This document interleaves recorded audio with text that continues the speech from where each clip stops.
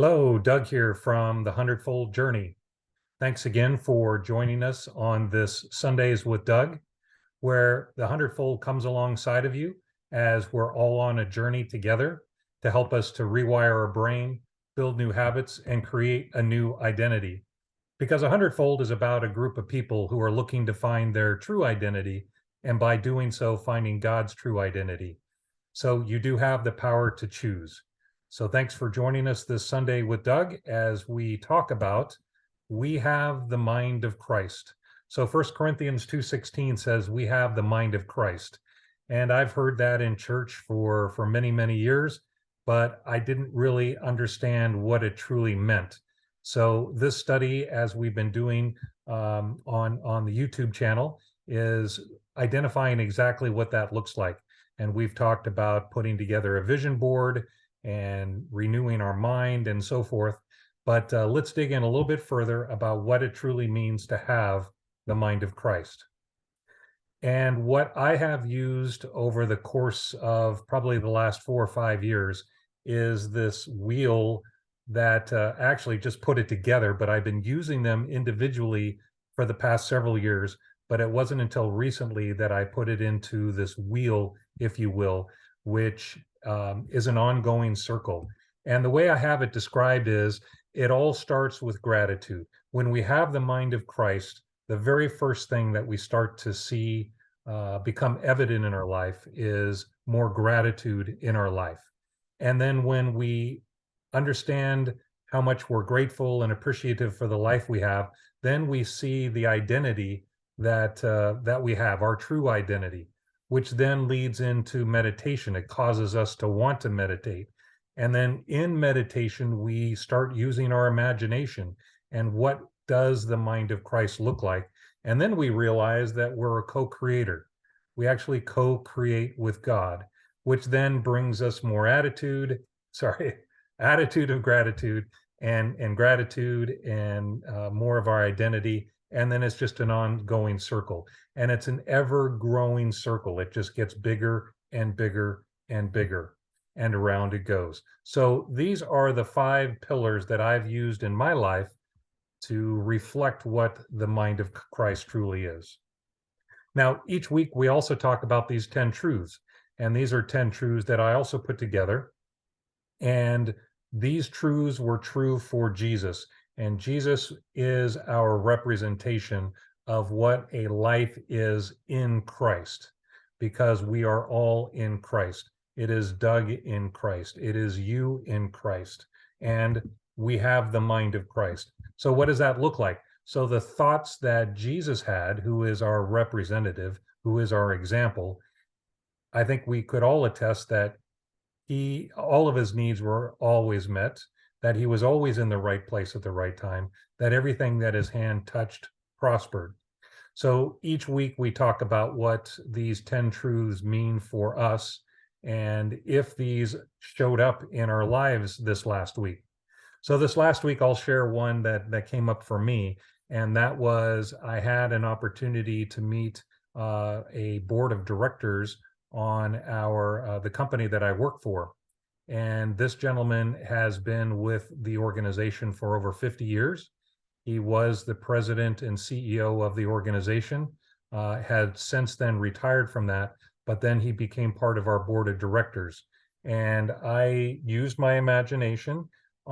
This was on Thursday, this last Thursday, and I used my imagination. I really wanted to meet this gentleman. I actually wanted to sit at the table because it was a buffet style. We had a bunch of people, and it turned out that we had assigned seating, and it turns out that I happened to be at the table of this gentleman. And so it was an answer to prayer, and then I ended up taking a picture with him as well. And again, he's been in the industry for 50 years. He's a big part of the company that I work for in regards to its growth and its profitability. So that was for sure always in the right place at the right time. Everything my hand touches prospers. I had an attitude of gratitude because I was just excited to the chance to meet him, and it turns out that I did. So these are the types of things that show up in our lives. In my case, that doesn't show up very often, but these truths show up in our lives all the time because we're always in the right place at the right time. So please continue to memorize and apply and meditate upon these for this week. So this is what I wanted to talk about today, and that was it's called the Map of Consciousness, and we have been talking about the breadcrumb trail and what that looks like, and how we apply the breadcrumb trail to our lives. And the way the breadcrumb trail works is it works off of our emotions and our feelings and how we, our gut feel, if you will, of where we're at, as well as circumstances and situations around us. But uh, in order for that path to light up, we have to understand where we are at. And it starts with understanding of who we are. The first one is that we are free, we're powerful, we are good, we are love, we have value, we have purpose, and that all is well. Because don't forget that we are the dwelling place of God. We are the temple of God. He does reside in us. The God that created the universe and all of this wonder, he resides in us and we are his temple. And his dwelling place is right here. It's in the Holy of Holies. And this happens to be where the mind of Christ is, right? So we can think his thoughts and we have purpose, we have value, and all is well. So at any time that you are thinking thoughts that cause you to know your true identity, then you feel the ultimate alignment and emotional connection. Think of it in terms of a fuel gauge on a vehicle. This state of alignment would be similar to a fuel tank.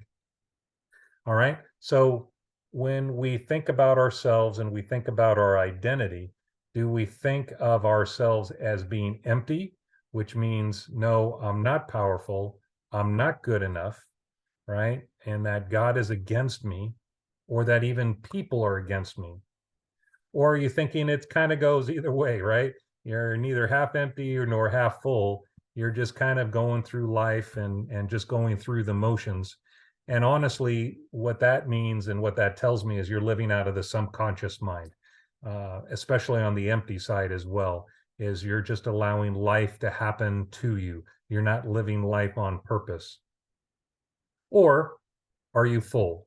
Is your tank full? Which means that you understand your identity and you understand the breadcrumb trail as it lights up, and you see it light up because you're in the same frequency and vibration of that path, right? So here we are. We're empty, and we're trying with our might. We're doing everything in our power and our struggle to try to make the changes necessary. But in actuality, the full tank comes when we're at rest. And the true definition of rest, of faith, is rest, is that when we know that all is well, that I am loved, that I am valued, that I am powerful, that I have been set free, then we can sit and rest and know that our fuel tank, if you will, is full. And then we can do unlimited things with a full tank, can't we? Right? On an empty tank, we're sputtering, we're worried, we're anxious because we got to get to a gas tank or a gas station, right? So think of yourself as being full and that all your needs are constantly met. But how can I tell where I'm at any given time in regards to my fuel tank? How can I tell if I'm in alignment? And what is a gauge that I can use to find this out? All right, so one of them I've already pointed out, and that's rest, right? If you think or you feel you need to work in order to get your your fuel tank full, your vibration, to change your vibration, that you have to do more, you have to press harder, you have to work harder, versus rest. But how do you know where you're at on that scale? And this is where we're at right now, is with the map of consciousness. So I'm not sure if you're aware, but Dr. David R. Hawkins, who is from the 50s, 60s, and 70s, he wrote a book called Power versus Force. And in that book, he describes what he developed, which is called the map of consciousness.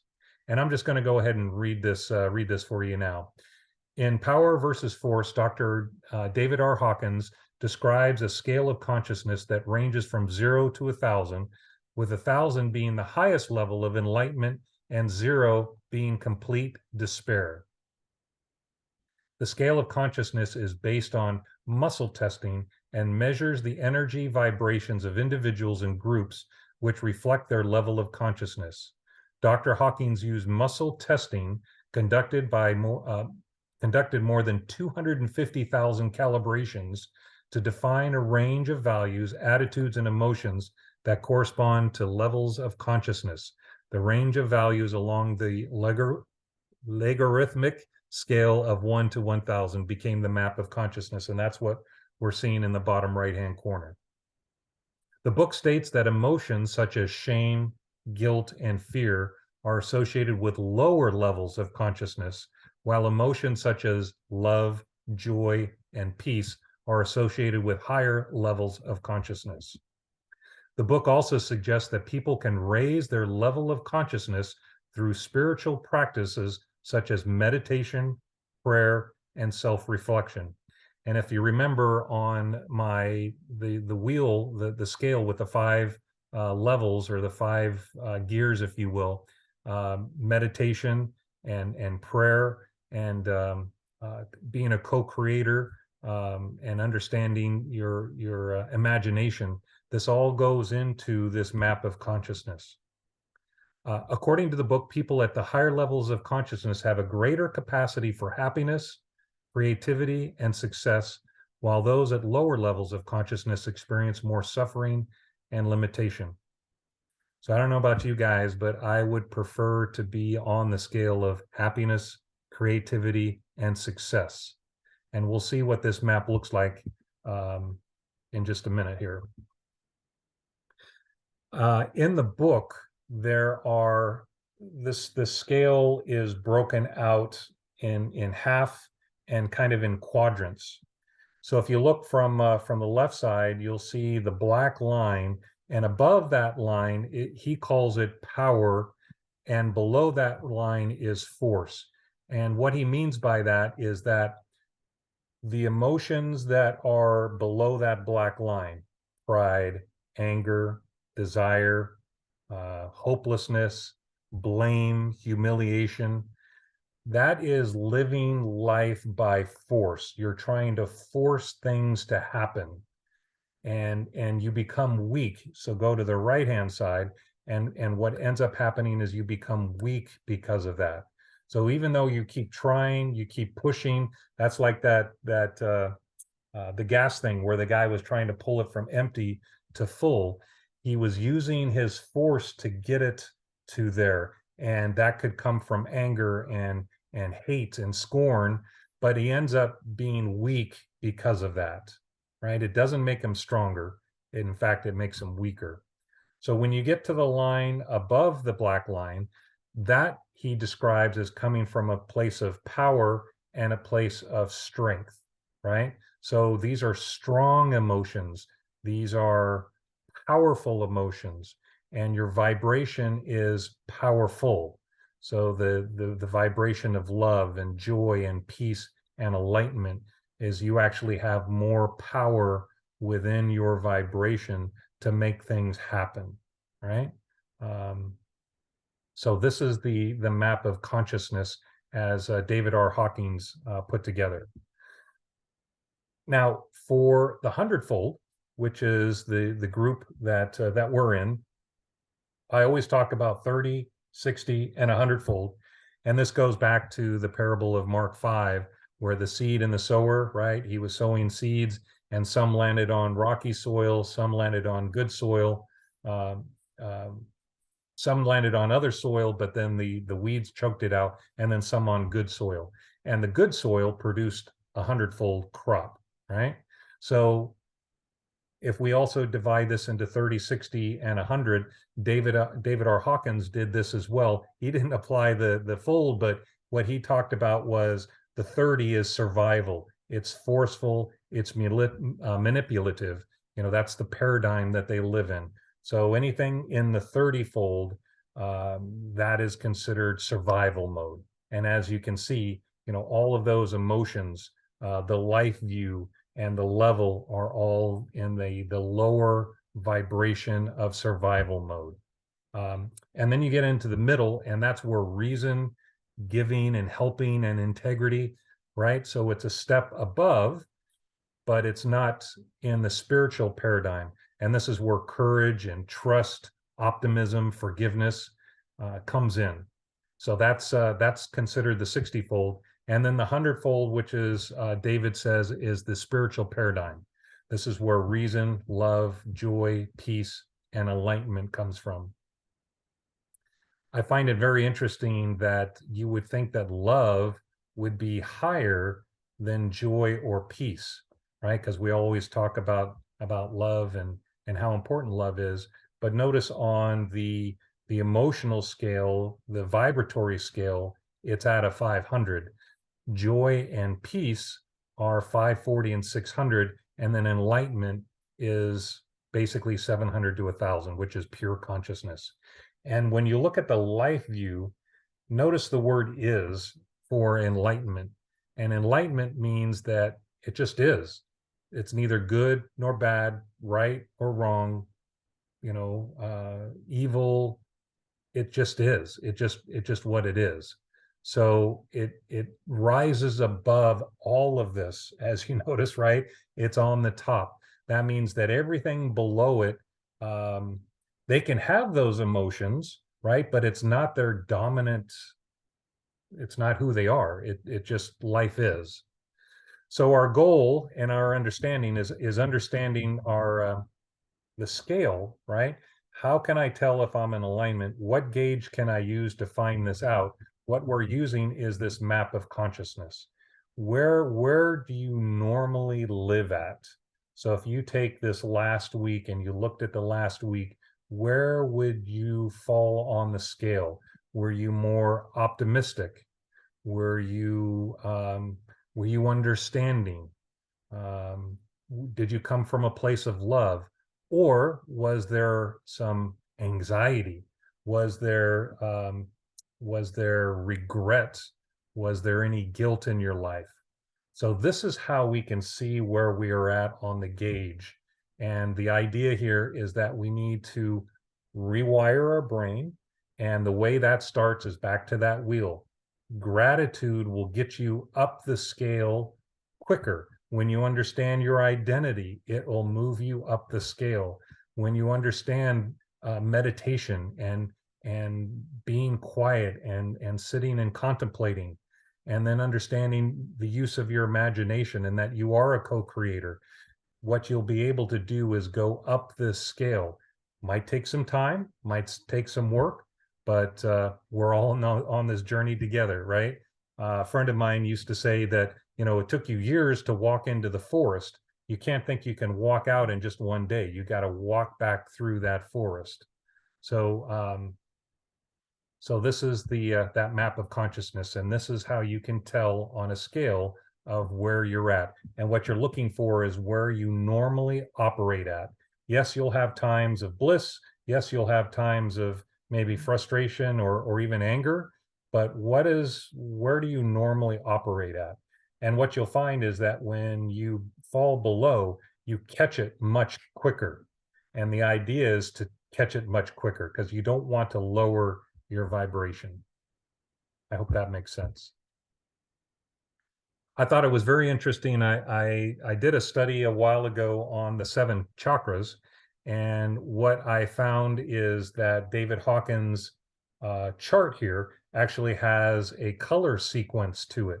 So notice that down at the bottom is the red, which is the root chakra, which is security, physical needs, and stability.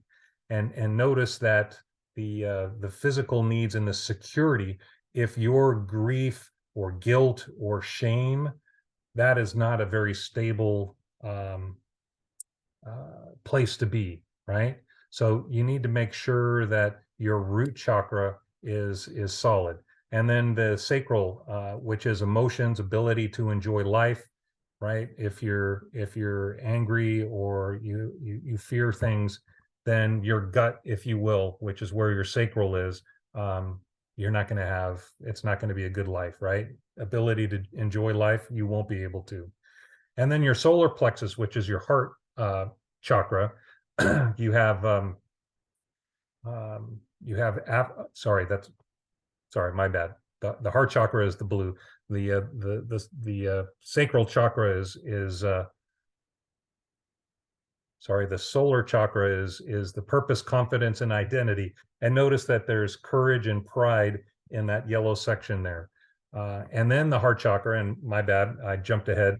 The heart chakra is in the green, and that's where there's forgiveness. I thought it was very interesting that the green, which is the heart chakra, which is where forgiveness comes from the heart, is the area that talks about the heart and forgiveness and empathy and understanding.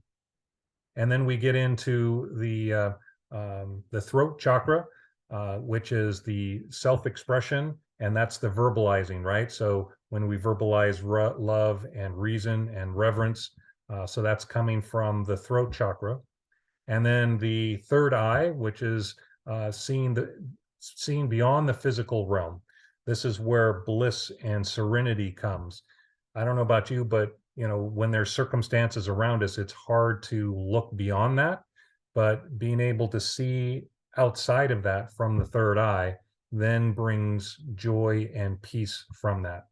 And then, of course, the last one, which is the crown chakra, which brings enlightenment, and that's at the top of the head, and that's where pure consciousness comes.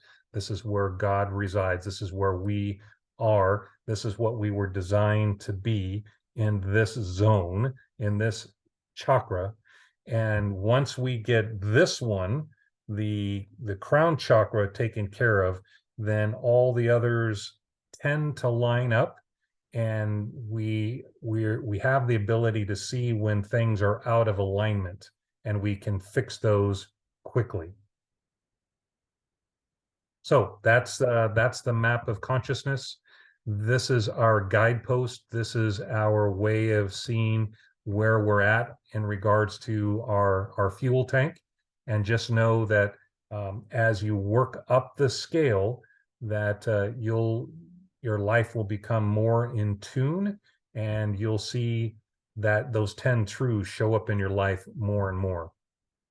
I've got a couple of more slides, and I thought this was interesting, is that apathy, which is on the low end of the scale, and enlightenment, which is on the high end of the scale, they both tend to do the same thing. Apathy just is like, all right, I'm done. Life is over. Life is too hard. I can't handle it.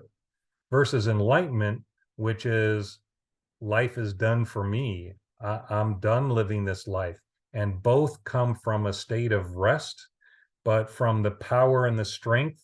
The apathy obviously is coming from a weak side, versus enlightenment comes from a power side. And what's interesting is the anger is kind of the middle part. And once we become angry enough, we move into enlightenment, and there's disturbance that happens in our life. And then that draws us closer to enlightenment. So as apathy changes to anger, then all of a sudden we can then reside or start heading towards enlightenment. But if we get stuck in apathy, where life is just a drag and it'll never work out for me, then you're going to be stuck there. It's going to take a point of anger. It's going to take a point of disturbance in order for you to move up and out of that area. And we just have to remember that we're moving from having, doing, to being, right? We just be, we just are. And we just live out of who we are and understanding our identity. And our identity is that we are the temple of God. We are his dwelling place. I am a Christ on earth, just like Jesus was a Christ. He was the example of what Christ looks like in a human being. And Christ is God. It's spirit. It's source. It's consciousness. It's what God created us to be, and just to live in that versus having and doing. So that's it for this morning. Thank you for joining us on this Sundays with Doug. I always leave with reminding you to work on these 10 truths for yourself. Remember to memorize, apply, and meditate upon these, and also on the wheel with the gratitude, with identity, with meditation, with imagination, and co-creation. Remember to just remind yourself of who you are and be grateful for that, and that God is giving you the power to be a co-creator with him. That's it for now. Thanks again for joining. Bye for now.